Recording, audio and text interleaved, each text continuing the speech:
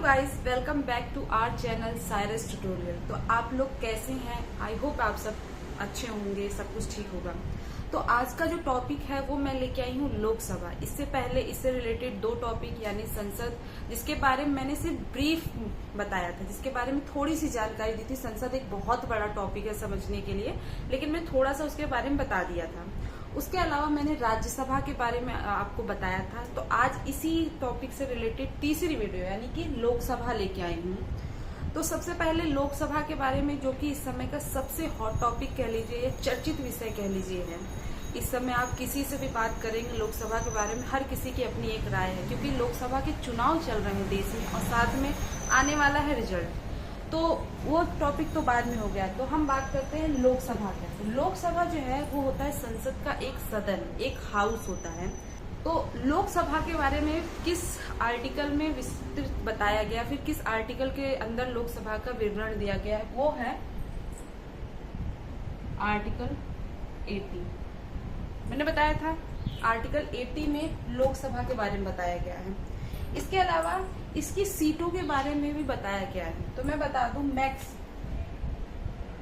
यानी कि मैक्सिमम मतलब कितनी ज्यादा से ज्यादा सीटें हो सकती हैं, वो हो सकती है 552, जिसको दो तरह से विभाजित किया गया है। उसके बारे में मैं बाद में बताऊंगी, सीटों के बारे में किस तरह से इसका विभाजन हुआ है। लेकिन फिलहाल वर्तमान में या फिर प्रेजेंट में बोले 545 इतनी सीटों पे चुनाव होता है। कितनी सीटों पे? 545 सीटों पे चुनाव होता है, जिसमें प्लस होते हैं आपके, जिसमें आपके होते हैं 543 राज्यों से आते हैं और प्लस 2 आते हैं एग्लो इंडियन, जिन्हें राष्ट्रपति मनोनीत करता है। एग्लो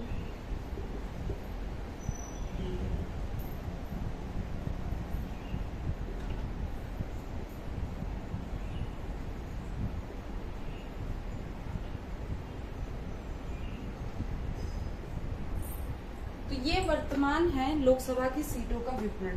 545 टोटल होती हैं, जिसमें से 243 आते हैं राज्यों से और साथ में 2 आते हैं एग्लो इंडियन। अक्सर कर सवाल एमसीक्यू में ना बड़ा घुमा के सवाल पूछा जाता है। आप अगर कॉम्पिटिशन में बैठते हैं तो अक्सर कर आपसे सवाल पूछ लिया जाता है कि आप बताइए संसद में टोटल राष्ट्रपति द्वारा मनोनीत कितने सदस्य बैठते हैं। तो बहुत लोग कंफ्यूज हो जाते हैं। अगर मैं इस टॉपिक को पढ़ाते वक्त ये क्वेश्चन आपसे करूंगी तो बहुत लोग ये जवाब देंगे कि 2, और जिन्होंने राज्यसभा के बारे में थोड़ा ज्यादा डीप से पढ़ा होगा वो बोलेंगे 12। तो मैं आपको बता दूं, राज्यसभा समझ लीजिए ये राज्यसभा है और ये इसके 2 हाउस हैं। एक है, सॉरी राज्यसभा नहीं, ये संसद है। ये है संसद और ये 2 इसके हाउस हैं। एक है राज्यसभा सभा और एक है लोकसभा। तो आपसे क्वेश्चन किया जा रहा है कि संसद में टोटल राष्ट्रपति द्वारा मनोनीत कितने सदस्य हैं। तो आपका आंसर होगा 12 + 2 = 40। 14 सदस्य राष्ट्रपति द्वारा संसद में मनोनीत होते हैं। अगर आपको सिर्फ राज्यसभा या फिर लोकसभा के बारे में पूछा जाए तब आप अलग से आंसर बताएंगे, लेकिन जब संसद की बात आएगी तो ये होगा टोटल आंसर आपका 14। तो चलिए, ये हो गई सीटों की बात। इसके अलावा लोकसभा में और भी सारी चीजें होती हैं। जैसे मैंने पिछली वीडियो में बताया था कि लोकसभा को निम्न सदन कहा जाता है। इसकी वजह क्या होती है? निम्न सदन कहने की वजह क्या होती है? लोकसभा को निम्न सदन कहने की वजह ये होती है, निम्न सदन, लोकसभा जो है वो एक निम्न सदन है। तो इसकी वजह क्या है? राज्यसभा का कार्यकाल जो होता है वो कभी सीमित नहीं होता है। एक कार्यकाल, बस उसके सदस्यों का कार्यकाल सीमित होता है। जैसे कोई सदस्य राज्यसभा में सदस्यता मिली तो उसका कार्यकाल 6 वर्ष का होगा। 6 साल बाद उसका कार्यकाल खत्म हो जाएगा, लेकिन राज्यसभा नहीं हटेगी। राज्यसभा जैसे चल रही थी वैसे ही चलेगी। लेकिन लोकसभा का कार्यकाल होता है, लोकसभा का कार्यकाल कितना होता है? 5 वर्ष का।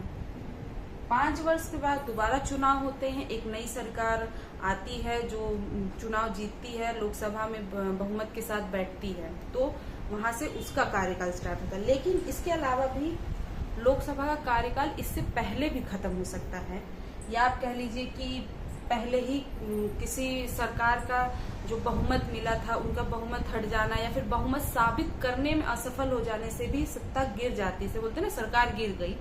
तो उससे पहले भी 5 साल से पहले भी लोकसभा जो होती है वो भंग हो सकती है। आप कह लीजिए भंग मतलब एक तरह से दोबारा से इलेक्शन होंगे। मान लीजिए 1996 का आप चुनाव देख लीजिए, अटल बिहारी वाजपेयी आए थे, 13 दिन के लिए प्रधानमंत्री थे, लेकिन बहुमत साबित करने में असफल रहे, जिसकी वजह से दोबारा 1998 का इलेक्शन हुआ था।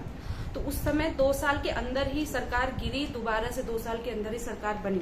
वो 5 वर्ष का कार्यकाल नहीं था, वो 2 वर्ष का था। इसी वजह से इसको निम्न सदन कहा जाता है और राज्यसभा को उच्च सदन कहा जाता है। इसका निम्न सदन कहने की वजह यही है कि इसका जो कार्यकाल होता है ना, वो निश्चित नहीं हो सकता। कहा जाता है कि 5 वर्ष का है, लेकिन गिर भी सकता है। अगर आप बहुमत साबित करने में असफल रहे तो सरकार गिर जाएगी, फिर दोबारा इलेक्शन होगा, दूसरी सरकार बनेगी। इसके अलावा इसे लोकसभा को एक नाम से और भी जाना जाता है, लोगों का सदन कह लीजिए ना, या फिर कह लीजिए चर्चित सदन। आजकल बड़े चर्चा में राज्यसभा लोकसभा दोनों है, लेकिन जब आप कहीं बैठेंगे, कब बात करेंगे, तो सबसे ज्यादा बात होती है लोकसभा की, इसीलिए इसको चर्चित सदन के नाम से जाना जाता है। वजह ये है कि लोकसभा में होता है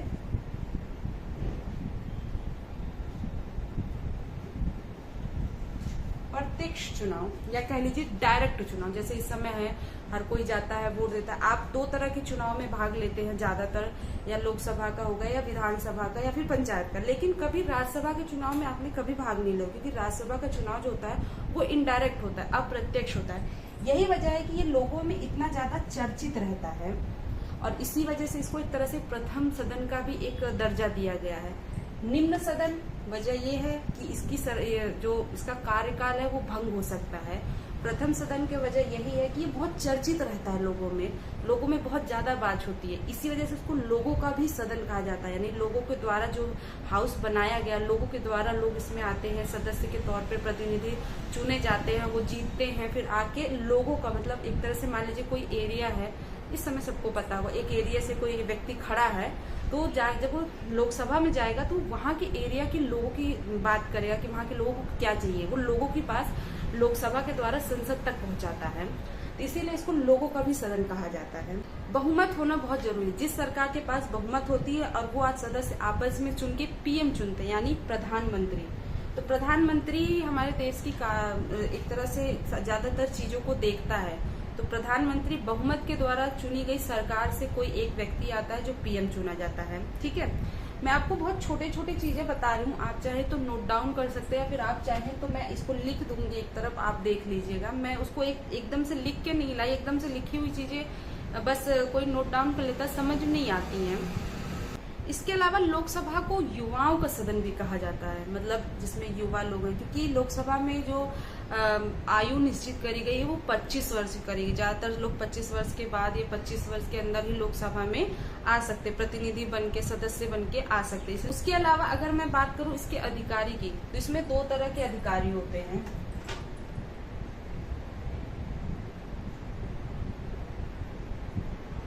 अधिकारी 2 तरह के होते हैं, एक होता है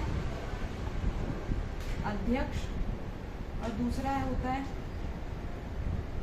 उपाध्यक्ष। अगर अब मैं आपको ये समझाने जाऊंगी कि अध्यक्ष क्या होता है या उपाध्यक्ष क्या होता है, तो ये वीडियो बहुत लंबी हो जाएगी, बहुत खिचड़ी हो जाएगा कि लोकसभा।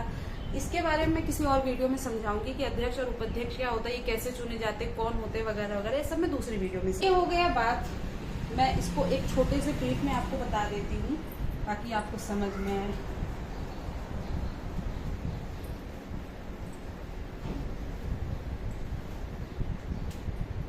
आप सबसे पहले लिखेंगे, अगर लोकसभा आता है आर्टिकल 80 में, इसका चुनाव प्रत्यक्ष चुनाव होता है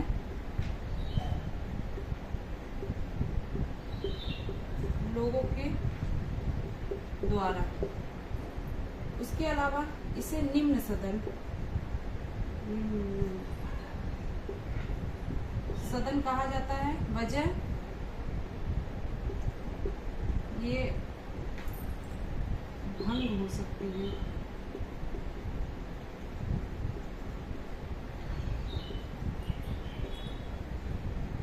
कार्यकाल इसका 5 वर्ष का होता है, निश्चित नहीं है, लेकिन बहुमत साबित नहीं करने पे सरकार भंग हो जाएगी। कार्यकाल 1 साल, 1.5 साल, 13 दिन, 14 दिन का भी हो सकता है। उसके अलावा बहुमत के आधार पर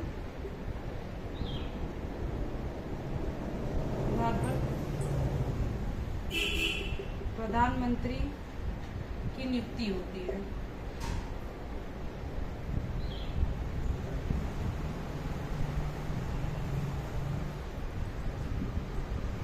अधिकारी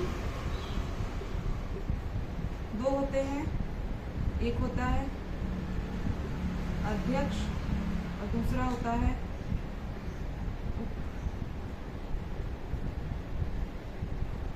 उपाध्यक्ष।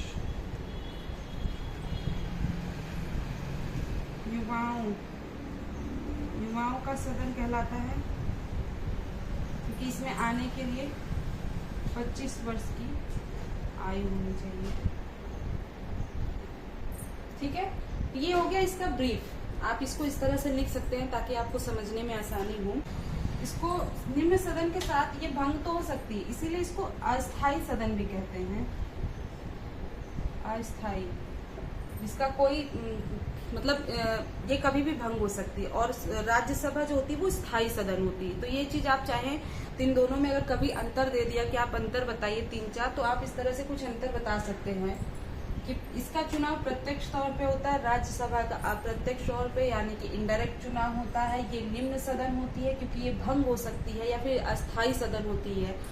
और राज्यसभा स्थायी सदन होती है और उच्च सदन होती है। वजह ये कि वो भंग नहीं हो सकती। हर 2 साल में उसके 1/3 सदस्यों का क्या बोलेंगे 1/3 सदस्य बदले जाते हैं। मान लीजिए राज्यसभा में अगर 6 लोग बैठे हुए हैं तो हर 2 साल बाद दो इंसानों के हटा के दूसरे 2 इंसानों को रखा जाएगा। आप इस तरह से एकदम सिंपल लैंग्वेज में समझना चाहें तो ये हो गया लोकसभा का छोटा सा विवरण। अब मैं बताती हूँ इसकी सीटों के बारे में। इसकी सीटों को लेके अक्सर का बड़े वो रहते हैं कि कैसी सीटें हैं। अगर आप चाहें तो इसका वीडियो को पॉज करके इसको रोक के इसे लिख सकते हैं।